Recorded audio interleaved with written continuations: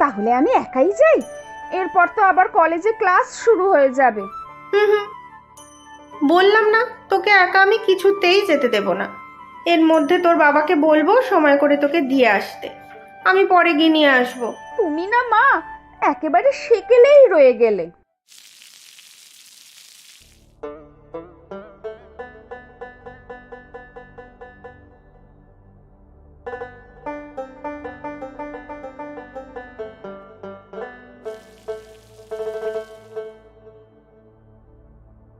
ও কর্তামশাই, জল খাবারটা দেই এখন?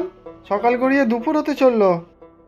না, কিছু খাবো না রে মাধব, ভালো লাগছে না আমার। এমনটি করলে চলবে? শরীর এত দুর্বল, তার মধ্যে খাওয়া দাওয়া তো প্রায় ছেড়েই দিয়েছেন। এরপর বিছানায় পড়লে কে দেখবে শুনি? কেন, তুই দেখবি? আমি আর কত দেখব? আপনার শরীর ঠিক না হলে তো আমি দেশের বাড়িও যেতে পারছি না।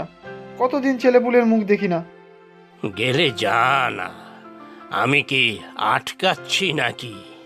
মুখে তো বলছেন, আমি গেলে আপনাকে দেখবে কে শুনি? সময় অসময়ে ওষুধ দেওয়া, পথ্য দেওয়া সব হবে কি করে? আমি বলি কি, দিদিভাইকে একটিবার ডাকুন। ডাকুন বললেই হয় রে? সুপ্রিয়ার সংসার আছে না, ছেলে মেয়ের পড়াশুনো, জামাইয়ের অফিস, ওরা কি আর এখানে এসে পড়ে থাকতে পারে? আর আপনিও তো এই বাড়ি ছেড়ে যাবেন না।